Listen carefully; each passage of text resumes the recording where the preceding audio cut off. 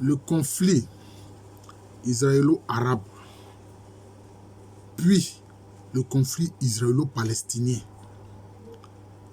suscite beaucoup de passion. Or, là où il y a la passion, la raison est écartée. Au plan historique, je vais vous dire ce qu'il en est, puis je vais tirer la conclusion avec le courage dont tout scientifique a besoin. Je pars de 70 ans après Jésus-Christ. Les Juifs étaient dans ce qui va être appelé la Palestine. Mais quand ils se sont révoltés contre l'autorité romaine, parce que les Romains dominaient, l'Empire romain dominait toute cette région-là. Quand en 70 après Jésus-Christ ils se sont révoltés, ils ont été massacrés par les soldats romains. Et il y a eu donc cette diaspora, cette dispersion des Juifs. Mais on sait que autour du 14e et du 15e siècle, il y a un peuple qui est d'origine turcophone qu'on appelle les Khazars, qui ont créé un royaume et qui se sont convertis massivement au judaïsme, en dehors de ceux qui descendent des Hébreux. Alors donc, quand les Juifs ont été chassés de la Palestine du fait de cette guerre contre les Romains, bon, il y a quelques-uns qui sont restés dans cet espace qui plus tard va devenir arabe. Ce sont ceux qu'on appelle les Séfarades. Maintenant, ceux qui seront en Europe, mêlés souvent de Khazars, ce sont ceux-là qu'on va appeler les Ashkénazes. Maintenant, on fait un bond. On en vient à 1918. Avant 1918, c'est l'Empire ottoman, l'Empire turc-ottoman, qui dominait toute cette région de la Palestine, jusque même en Afrique du Nord, excepté le Maroc. Vous voyez, la Libye actuelle, c'est-à-dire la Cyrénaïque, la Tunisie, l'Égypte, tout ça était sous domination des Turcs ottomans. Maintenant, les Turcs ottomans vont être vaincus en 1918 avec la Première Guerre mondiale. Ils vont être vaincus. Parce que eux, durant la Première Guerre mondiale, les Turcs ottomans se sont battus aux côtés des Allemands et des Autrichiens. Ils ont été vaincus. Quand ils ont été vaincus, qu'est-ce qui s'est passé? D'ailleurs, les Arabes ont participé au combat aux côtés de la France et de l'Angleterre contre les Turcs ottomans. Il était question que, notamment l'Angleterre, puisse permettre aux Arabes de créer un vaste royaume dans toute cette zone, y compris la Palestine. Mais on va constater que les Anglais ne vont pas tenir parole comme toujours. Ils ne vont pas tenir parole. Et qu'est-ce qui va se passer? Ils vont se partager ces zones-là. La plus grande partie sera occupée par l'Angleterre. Et puis on va laisser quelques foyers, notamment au Liban actuel, à la France. Vous voyez. Et puis donc c'est à travers donc, des mandats de la SDN que l'Angleterre va administrer toute cette vaste zone-là. Et puis la France va administrer la zone où va se former le Liban. Maintenant, quand il va y avoir la Seconde Guerre mondiale, durant laquelle il va y avoir ce qu'on appelle la Shoah, et que les nazis vont massacrer plus de 6 millions de Juifs, alors l'idée est venue d'un ministre anglais qu'on appelle Sir Balfour. Il dit il faut qu'on crée un foyer national juif, un foyer pour les Juifs. Or, quand les Juifs ont été massacrés 70 ans après Jésus-Christ, mais leurs terres où ils étaient là ont été occupées par d'autres populations. Hein? Ce n'étaient plus les Juifs qui étaient les plus. Il ne faut pas oublier l'épisode, comme on appelle ça, de l'Empire ottoman et tout ça. Donc les Juifs n'y étaient plus. Ils y étaient, mais en petits groupes. C'est ceux-là qu'on appelle les Séfarades. C'est-à-dire les Juifs qui sont restés dans un espace qui sera pratiquement un espace musulman. Ce sont ceux-là qu'on appelle les Séfarades. Les Juifs qui étaient en Europe, ce sont ceux-là qu'on va appeler les Ashkénazes. Vous voyez. Même pendant la Reconquista espagnole contre le califat omeyyade, les Juifs qui étaient en Espagne ont été chassés. Ils ont été chassés de l'Espagne. Soit on les force à se convertir au christianisme, ou bien on les chasse, notamment au catholicisme. C'est ce qui s'est passé. Donc, quand Balfour a émis l'idée de créer un foyer national juif, il fallait aussi penser à la Palestine. Mais il faut savoir une chose. Les Palestiniens que vous voyez là, la plupart sont des peuples arabisés. Je répète, les Palestiniens sont des arabisés. Sinon, anciennement, c'est ceux-là qu'on appelait les Philistins. Quand vous lisez les guerres de choses du roi Saül contre les Philistins, ou les guerres du roi David contre les Philistins là, ce sont les ancêtres des Palestiniens. Les Philistins étaient à Gaza. Et d'où ils viennent? Ils viennent de la mer Égée. C'est ceux-là qu'on appelle les peuples de la mer. Les Philistins font partie de ceux qu'on appelle les peuples de la mer. Ils étaient dans la mer Égée. Vous voyez? C'est comme ça. C'est de là qu'ils viennent, les îles de la mer Égée, là, qui font partie aujourd'hui de la zone de la Grèce, là. C'est de là que les ancêtres viennent. D'ailleurs, c'est certains de leurs ancêtres qui sont installés en Afrique du Nord, qu'on va appeler les Berbères. Vous voyez même dans Berbère, vous voyez barbares. Vous voyez? Ce sont ceux-là. Les gens qui viennent de la Crète, les îles de la Crète et toutes les îles de la mer Égée, là. C'est de là que les ancêtres viennent, les Philistins. Mais ils ont été arabisés. Du fait de l'islam, ils ont été arabisés. Donc, il était question de créer un foyer national juif. Vous voyez? Bon. Mais, après la Seconde Guerre mondiale, l'ONU va se saisir de l'affaire parce que les Anglais n'arrivaient plus à gérer cette affaire. On voyait des Juifs qui voulaient revenir en Palestine et qui menaient des attentats, qui faisaient des attaques, etc. Vraiment, ils se livraient à un véritable terrorisme. C'est ainsi que les Anglais ont dit, ah, on préfère confier l'affaire à l'ONU. Je vous résume les choses. Hein. Et puis maintenant, qu'est-ce que l'ONU a dit? Il dit, bon, il faut créer deux États. Un État juif israélien et puis un État palestinien. Mais qu'est-ce qui s'est passé? Cette proposition a été faite en 1947 et il fallait que Jérusalem soit donc une sorte de capitale internationale, c'est-à-dire qu'une ville ouverte qui ne devait appartenir ni à l'État juif Israël ni à l'État palestinien. Mais disons-nous la vérité, qu'est-ce qui s'est passé? Ce ne sont pas les Palestiniens qui ont refusé, ce sont les Arabes. Donc les Arabes n'ont même pas permis aux Palestiniens de s'exprimer sur la proposition de l'ONU. On aurait pu peut-être faire même, je peux dire, un référendum pour que les Palestiniens s'expriment sur la question. Mais immédiatement, il y a eu une coalition des États, disons, musulmans arabes, si vous voulez. Mais au sein des Arabes, il y a beaucoup d'arabisés. Sinon, les véritables Arabes, ce sont les descendants d'Ismaël. Voilà, de Soumaïla. Les descendants d'Ismaël, c'est ceux-là les vrais Arabes. Mais, ils ont refusé, ils disent qu'ils ne veulent ni d'un État juif, ni d'un État palestinien. Retenez ça. L'Arabie Saoudite, l'Égypte, la Syrie, la Jordanie, l'Irak, tous ces pays disent qu'ils ne veulent pas d'un État juif, mais ils ne veulent pas aussi d'un État palestinien. Ils voulaient plutôt se partager l'espace où l'ONU proposait que la Palestine crée son État. Donc, vous devez comprendre une chose. Si Israël aujourd'hui empêche, parce que ça, il faut le dire, Israël quelque part empêche la naissance d'un État palestinien. Pourquoi? Parce que quand en 1948, cette coalition de pays dits musulmans ou arabes, l'Égypte, la Jordanie, l'Arabie Saoudite, la Syrie, l'Irak, etc., ont fait une coalition militaire pour attaquer Israël. Malheureusement pour eux, en 1948, ils ont perdu. En 1948, ils ont perdu la guerre. C'est Israël qui a gagné la guerre.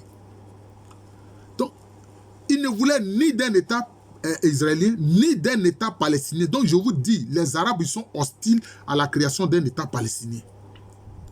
Ça, il faut que les Palestiniens le sachent. Parce qu'ils font comme si leurs prétendus frères arabes sont avec eux. Leurs frères arabes ne sont pas avec eux. D'ailleurs, les Arabes savent qu'ils ne sont pas des véritables Arabes. Ils sont issus des Philistins, des peuples de la mer. Donc, ils ne voulaient pas d'un nouvel État. Ce qu'ils voulaient, c'est se partager l'espace, de cet espace de la Palestine. Là, c'est ce qu'ils voulaient.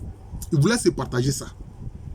Entre l'Arabie Saoudite, l'Égypte, la Syrie, la Jordanie. Ils voulaient se partager ce territoire-là. C'est ça les faits. Malheureusement pour eux, ils ont perdu la guerre en 1948.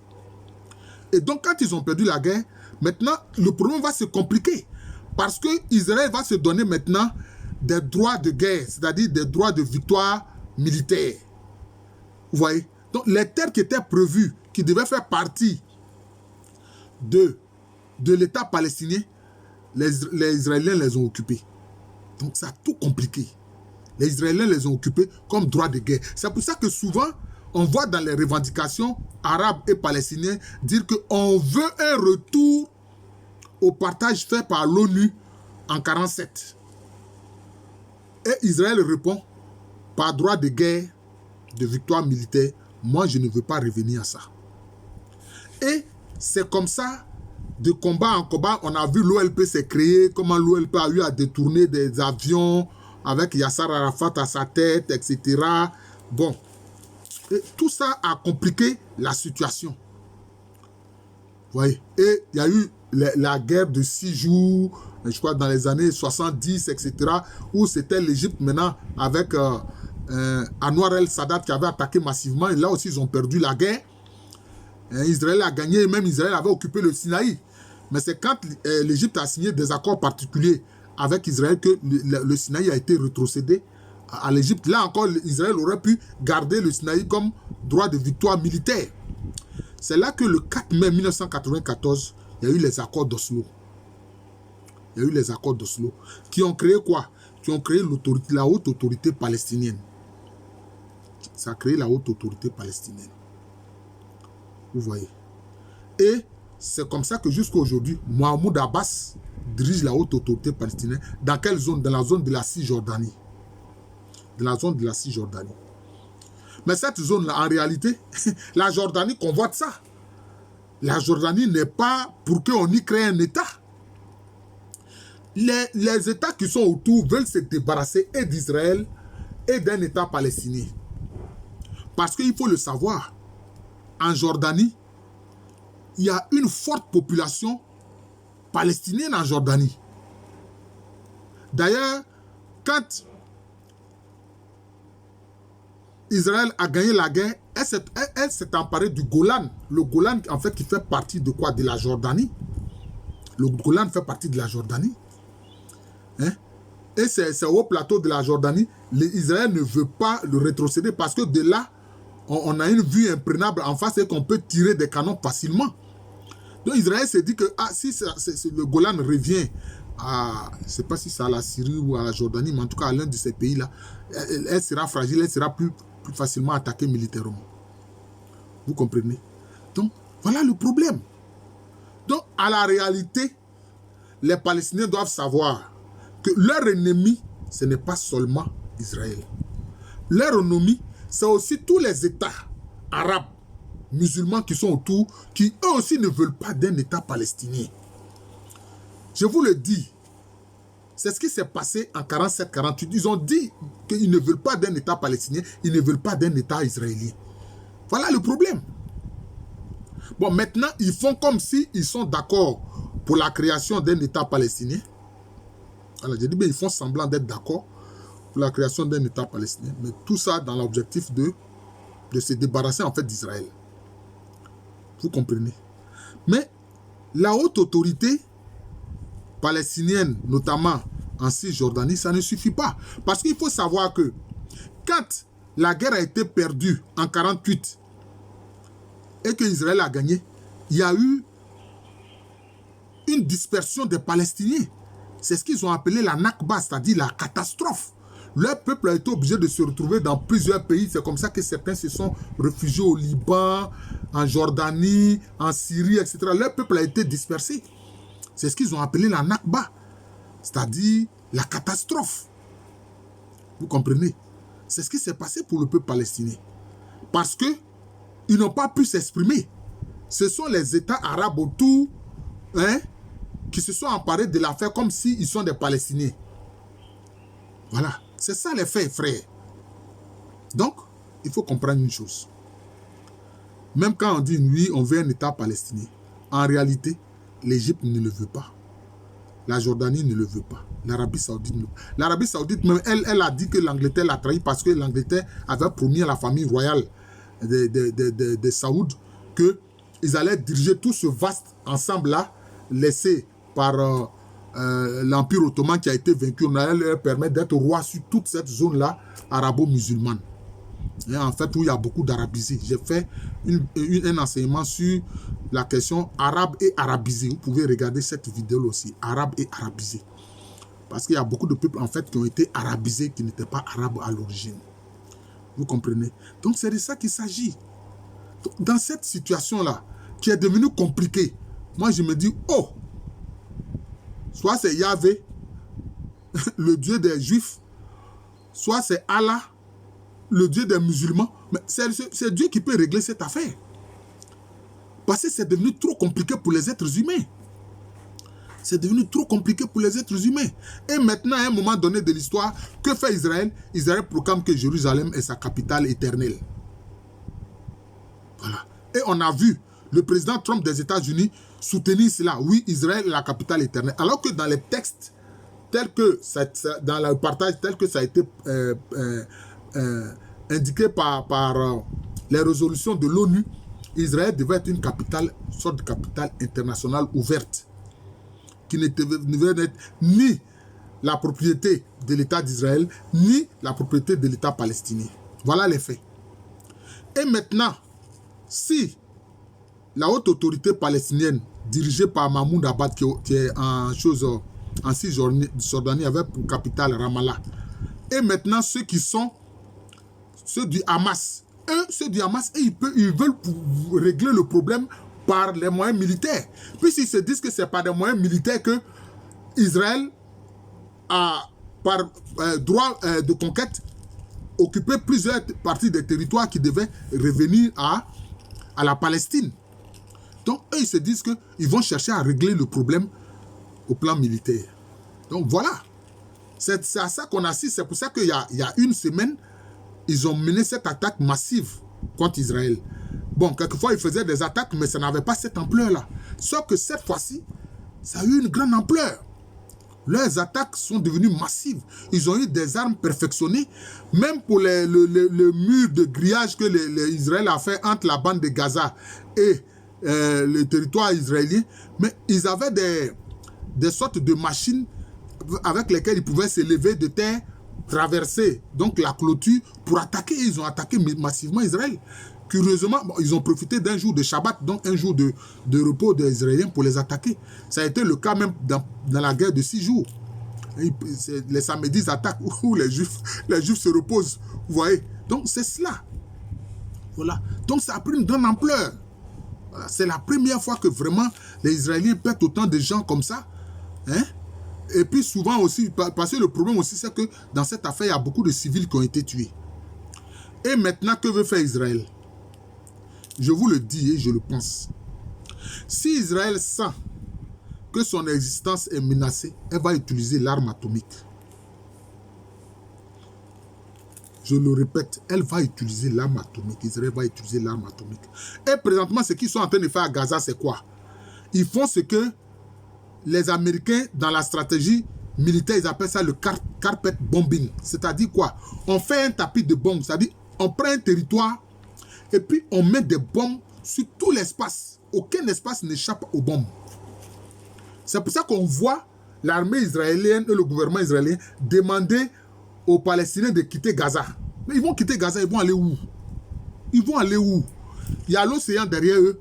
Le seul passage là qu'il y a, c'est le passage de Rafah avec l'Égypte. Mais l'Égypte n'est pas prête à accueillir près de 2 millions de gens. Parce qu'à Gaza, il y a plus de 2 millions de Palestiniens. Hein? L'Égypte n'a pas envie d'accueillir 2 millions de réfugiés. Parce qu'elle pense que ça peut être un facteur d'insécurité chez elle. Voilà le problème. Donc vraiment, c'est devenu compliqué. Oh Allah, Yahvé, réglez le problème. Oh Dieu, réglez le problème. Sinon, nous les hommes, on ne peut pas régler l'affaire. Voilà comment l'affaire est devenue compliquée. Ils veulent faire un carpet bombing. Et ils ont dit aux Palestiniens de quitter Gaza. Ils ont commencé à fuir pour aller vers la partie sud. Mais le Hamas leur a dit ne bougez pas. Parce que le problème, c'est quoi? Il y a eu des élections à Gaza. Et c'est le Hamas qui a gagné face au Fatah. Hein, qui est l'autorité palestinienne. Hein, vous avez fait élection, non? C'est ça le problème des Occidentaux. Vous dites élection, non? Maintenant le Hamas a gagné. Maintenant le Hamas a gagné. Le Hamas gère la bande de Gaza. Ils disent que non, le Hamas est une organisation terroriste. Mais au début, vous avez dit que le Fatah était une organisation terroriste. Mais aujourd'hui, le Fatah dirige comme la Cisjordanie. Mais seulement, il se trouve que bon, le Fatah a décidé d'utiliser la voie de la négociation. Parce qu'avec les accords d'Oslo du 4 mai 1994, c'est comme ça que la haute autorité s'est installée en Cisjordanie. Ce n'est pas des accords qu'ils ont obtenus, ça, ce n'est pas par la guerre. Voilà. Donc voilà ce que je voulais dire concernant ce conflit d'abord israélo-arabe qui est devenu israélo-palestinien, mais dont on voit aussi le Hezbollah, qui est une milice chiite à la solde de l'Iran, se mêler de l'affaire en attaquant le nord d'Israël, hein, à partir du sud du Liban. Vous voyez, tout se complique. Parce qu'en réalité, il y a certains qui ont gardé toujours l'idée du refus d'un État juif dans la zone. Voilà, ils ne veulent pas d'un État juif dans la zone. Parce qu'ils disent quoi? Durant tout ce moment, depuis le califat omeyyade, califat abbasside, ensuite l'Empire ottoman, les Juifs ont toujours eu la possibilité tranquillement de pratiquer leur religion en Palestine. On ne les gênait pas. Tout ce qu'on leur demandait en tant que dhimmi, c'est-à-dire des gens tolérés, de payer les impôts, et puis ils pratiquent leur religion, mais ils n'ont pas le droit de faire du prosélytisme. C'était comme ça. Alors ici, le professeur Alou Kwame René, professeur titulaire d'histoire à l'université Félix Houphouët-Boigny, une université qui a Abidjan, c'est à Cocody, c'est en Côte d'Ivoire, un pays situé en Afrique de l'Ouest. Vous constatez que je ne donne ni les raisons à l'un, ni raison à l'autre. Parce que j'analyse. C'est à vous de vous faire une opinion. Voilà. C'est à vous de vous faire une opinion. C'est ça. Voilà. Je vous souhaite une très bonne journée.